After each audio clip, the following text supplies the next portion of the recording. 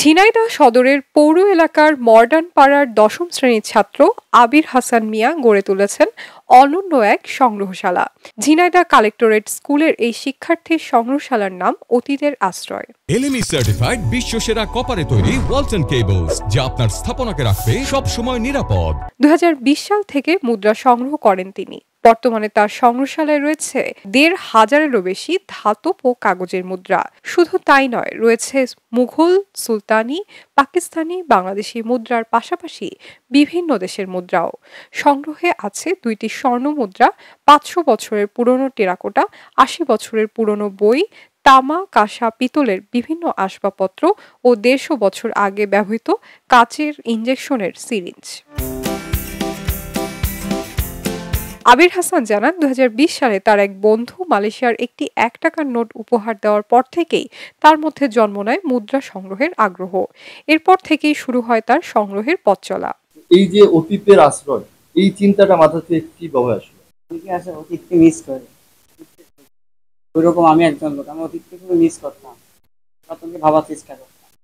এভাবে আস্তে আস্তে অতীতের প্রতি ভালোবাসা জন্মায়। আপনার এখানে কি কি আছে?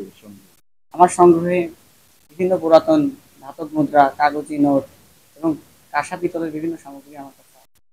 এই পুরানো ধাতব মুদ্রা কত বছর পুরানো হতে পারে? 1000 বছরের, 500 বছরের। এখন এই সংগ্রহটা করে রাখছেন ভবিষ্যৎ প্রজন্মকে দেখানোর জন্য। অবশ্যই। ভবিষ্যতে আর কি কি শখ আছে আপনার? তো আপনার এই সংগ্রহশালা আরেকটু বড় করার জন্য আপনার কি কোনো চাওয়া পাওয়া আছে? হ্যাঁ, অবশ্যই অবশ্যই। আমার নিজ গ্রামে আমি একটি বড় সংগ্রহশালা এবং লাইব্রেরি প্রতিষ্ঠা। দর্শক, যেমনটি শুনছিলেন, এই দশম শ্রেণীর ছাত্র আবির যে কিনা চেষ্টা করছেন অতীতকে তার বাড়িতে আশ্রয় দেওয়ার জন্য, ভবিষ্যৎ প্রজন্মকে দেখানোর জন্য। আমরাও চেষ্টা করলাম সেই অতীতের তার যে সংগ্রহশালার যে জিনিসপত্রগুলো রয়েছে সেগুলো আপনাদের সামনে তুলে ধরার জন্য।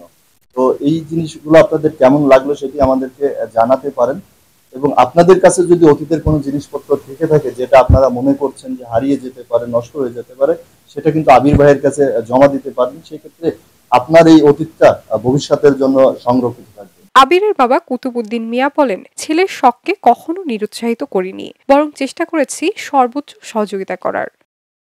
এদিকে প্রতিদিনই দূর দূরান্ত থেকে লোকজন আসছেন আবিরের সংগ্রহশালা দেখতে।